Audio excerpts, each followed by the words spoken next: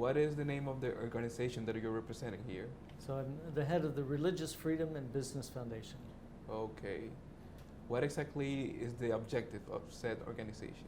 So the research I do shows that religious freedom is good for the economy, good for society, and good for business.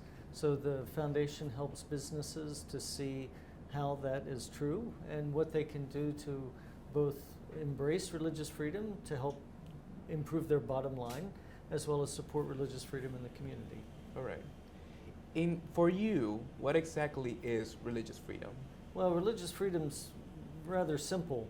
It's the idea that whoever you are in your belief and your faith, that if I respect that, that's good, and if you respect mine, that's good, and if the government respects that, that's good.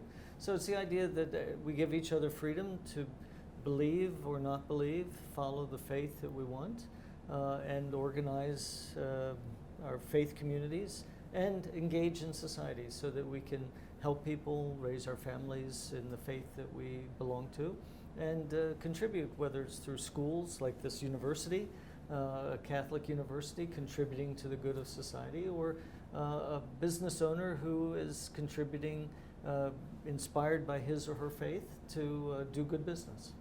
All right.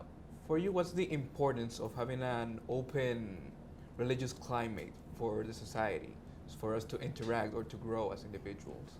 So maybe two different things. One is that when you have an open religious environment, that sets people of faith free to do good. So then you can have a hospital or a clinic or help your neighbor. You can do things motivated by your faith and help each other. So that's important to have that freedom to do good. The second is that when you have an open environment, then that opens up innovation, opens up people willing to take risks, willing to trust each other, and then all of that is good for society, and also it's good for business.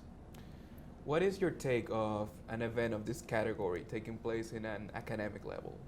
Well, there's different levels of society or different segments of society, and this event's a bit unique because it's brought together not just academics but also business people.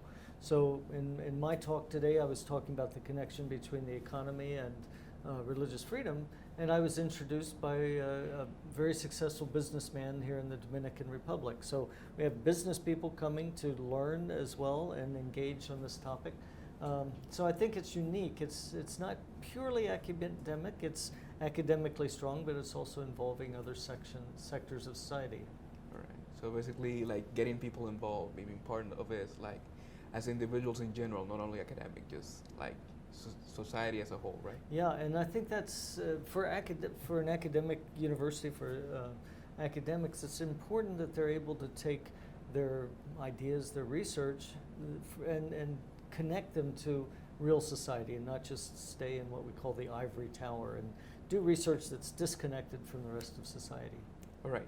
One last question. What exactly did you take or you been able to grasp during this intervention in this institute during the event, the Caribbean event here?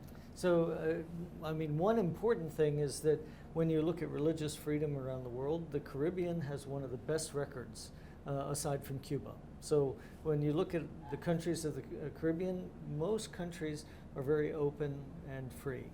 And so I think what I've learned is that there's a great potential for people in the Caribbean to share their story, to be able to get businesses interested in this topic, get the government interested in this topic. The Vice President came today to support the event. So I think giving an idea, I think for people in the Caribbean, there's this idea, oh, well, you know, we sort of have something right.